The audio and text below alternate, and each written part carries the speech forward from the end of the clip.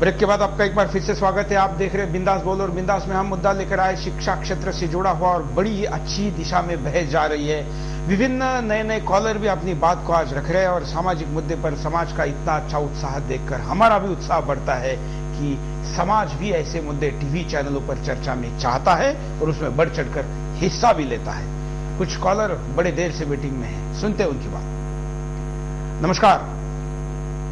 नमस्कार जी, बोलिए। हेलो। हाँ बोलिए। हाँ सर, मेरा ये मानना है कि हम जो पढ़ते थे तो हमारे समय जो टीचर थे वो हमें कुछ मारते भी थे लेकिन साथ में पढ़ाते भी थे। आजकल टीचर क्या हो गया है कि सब जगह पे टीचर जो है वो एक तरीके का गवर्नमेंट सर्वेंट हो गया है, बल्कि वो अध्यापक नहीं रहा।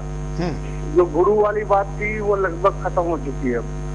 अब हर आदमी जो है पैसा कमाने के लिए टीचर बन जाते हैं और फिर गवर्नमेंट की भी कुछ पॉलिसीज के हिसाब से जो कुछ खास तबके के लोग पहले टीचर बनते थे उनकी जगह अब आजकल रिजर्वेशन कोटे से आने लगे टीचर, तो टीचरों का स्टैंडर्ड भी वैसे नीचे गिर गया और साथ साथ में जो स्टूडेंट थे वो भी ये सोचने लग गए कि भाई हम पैसा दे करके पढ़ रहे हैं, टीचर हमारे लिए एक सर्विस की तरह है। वो सारी चीजों की वजह से शिक्षा का स्तर काफी नीचे गिर गया है और ऐसा मैं मानता हूँ कि अगर ऐसा ही रहा तो भारतीय जो आने वाली पीढ़ियां हैं उन पीढ़ियों के लिए शिक्षक और भी सही नहीं मिल पाएंगे और पेरेंट्स भी ये चाहते रहेंगे कि हमारे पैसा खर्चने के बाद हमारे बच्चे को वीआईपी ट्रीटमेंट ही मिलना चाहिए। बिल्कुल, धन्यवाद। अगले कॉलर से बात करते हैं। नमस्कार सर। नमस्कार। ऐसा है, ये जो टीचर्स को सजा देने का एक अलग तरीका है। सजा टीचर्स, कहीं टीचर्स भी गलती पे होते हैं, कहीं स्टूडेंट्स भी होते हैं। स्टूडेंट्स को सजा देना टीचर्स का एक अधिकार है। देखिए, माँ बाप अगर अपने बच्चे को कोई एक कंट्रोल नहीं करते हैं या टीचर कंट्रोल नहीं करते हैं तो बच्चे को कोई संस्कार नहीं मिलते हैं। दूसरी चीज ये है कि जब टीचर्स मारते हैं या मतलब जो भी पनिशमेंट देते हैं तो उसका एक उद्देश्य होता है। हम मानते हैं कि आज के दिन एक ट्रेंड चल गया है कि भाई हमने तो मतलब पैसे से मतलब है, बच्चे को मत मारो या बच्चे को पनिशमेंट मत करो या कुछ और मत करो। जब तक कोई गलती करता है तो उसको पनिशमेंट मिलना जरूरी होता है। और अगर बचपन से ही ये एक बच्चे के दिल में ये आए कि ठीक है मैं गलत करूंगा तो मेरे को पनिशमेंट मिल सकता है, तो वो गलत नहीं करेगा। ये उसके एक दिल में भावना आएगी। धन्यवाद। इसे हम परिणामों में नजर डालते हैं कि क्या परिणाम हो सकते हैं। देखिए आपके स्क्रीन पे। अध्यापक नौकर की तरह बनकर रह जाएगा। आज शिक्षा के बढ़ते बाजारीकरण में वैसे भी शिक्षक को एक नौकर बना दिया है। शिक्षक भी अपनी फीस के अनुसार विद्यार्थी को शिक्षा प्रदान करता है। गुरु शिष्य की परंपरा खत्म हो जाएगी। माँ बाप तो बच्चे को जन्म देते हैं, उसका पालन पोषण करते हैं, अपने पारिवारिक संस्कार देते हैं, मगर किसी भी युवा को जीवन में आगे बढ़ने और सही संस्कार देने का काम तो अध्यापक ही करते हैं। अगर शिक्षक के सामने विद्यार्थी को डांटने का हमेशा ही डर रहा तो ऐसे में ना तो शिक्षक ही अपने ज्ञान को बांट पाएगा और ना ही विद्यार्थी को सही शिक्षा मिल पाएगी। विद्यार्थियों को सुधरने का मौका नहीं मिलेगा। ये बात सही है कि कुछ शिक्षक नाजायज फायदा उठाकर विद्यार्थी के साथ काफी गलत सुलूक करते हैं, जो कभी भी मान्य नहीं है। लेकिन विद्यार्थियों पर सख्ती भी जरूरी है, जिससे उन्हें डांट कर नियमित शिक्षा देने और उस पर मेहनत करने का सही तरीका बताया जा सके। बहुत से ऐसे विद्यार्थी होते हैं जो ना तो नियमित होते हैं और ना ही शिक्षक के बताए उपदेशों का पालन करते हैं। व्यवहारिक ज्ञान की बजाय सब्जेक्टिव ज्ञान की परंपरा बढ़ेगी। ज्ञान ऐसा हो जो इंसान को एक सही इंसान बना सके, जिससे उसमें आदर्शवादिता आए। ये बात ठीक है कि विषय पर ज्ञान आपको हो सकता है नौकरी दिला दे, लेकिन आप कभी भी आदर्शवादी और सफल इंसान नहीं बन सकते। विद्यार्थियों में आदर्शवाद की परंपरा नहीं आएगी। जब शिक्षक और विद्यार्थी का रिश्ता केवल पैसे के लिए रहेगा तो कभी भी शिक्षक संस्कारों और आदर्शों की शिक्षा नहीं देंगे, क्योंकि विद्यार्थी कभी इस शिक्षा में रुचि नहीं लेता।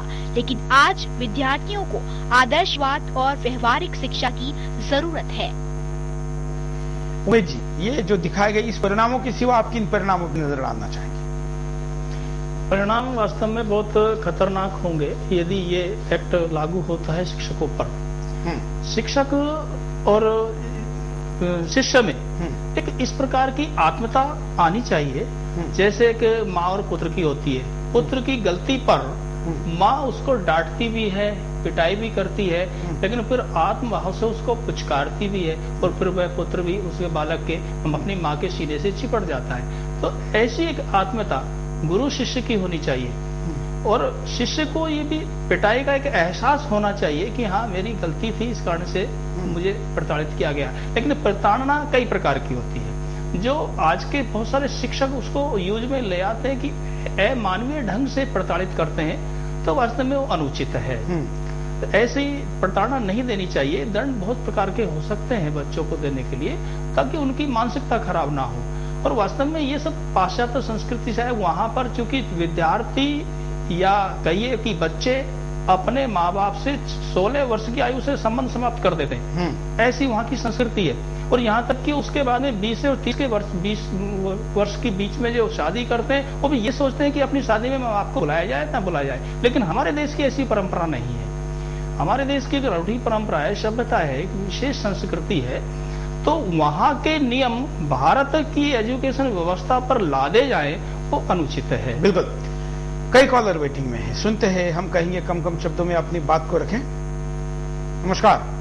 हेलो, नमस्कार सुरेश जी। बोलिए सर। ये कहना चाहता हूँ कि जब एक गुरु बच्चे को पढ़ाता है और वो बच्चा जब IAS बनता है, IPS बनता है, उस वक्त उसके माँ बाप का सिर बुलंदी आसमान को नहीं छूता है, बल्कि उस गुरु जो होता है उसका, वो जब निकलता है तो बोलता है ये देखो ये मेरा स्टूडेंट है।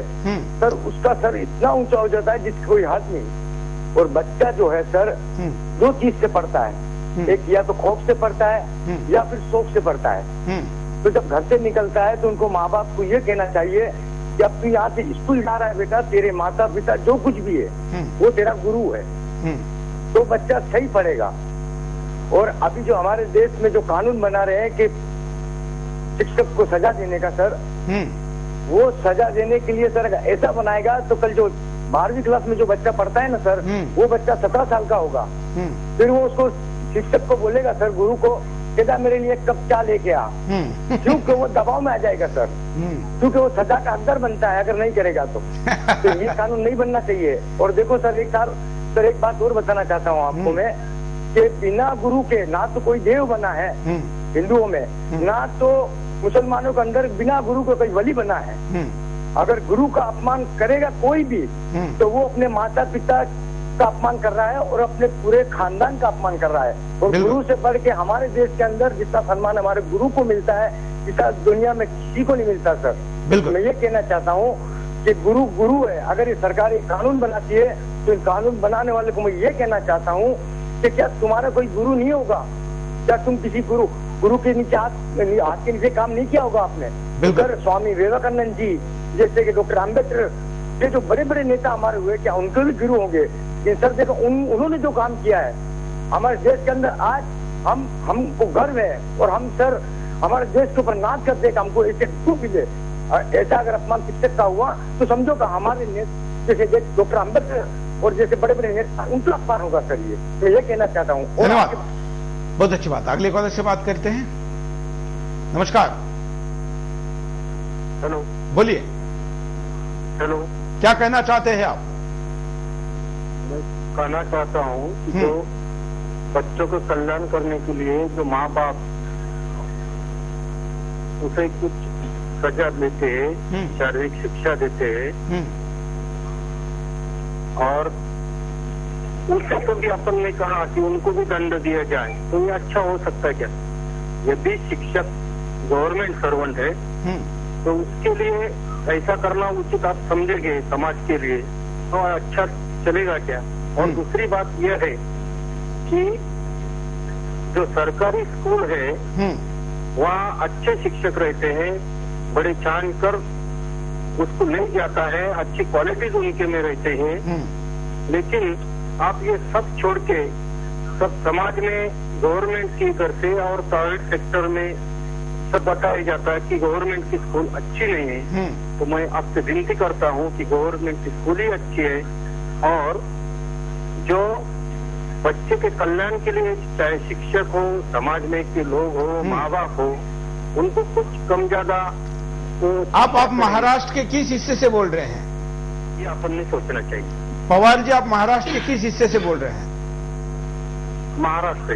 किस हिस्से से? हाँ, बुल्ढाना, महाराष्ट्र। धन्यवाद।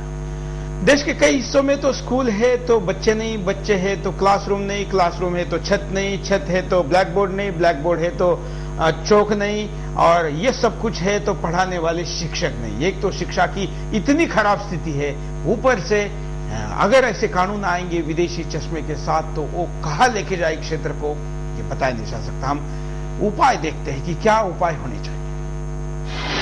शिक्षक को शिक्षक का स्थान मिले,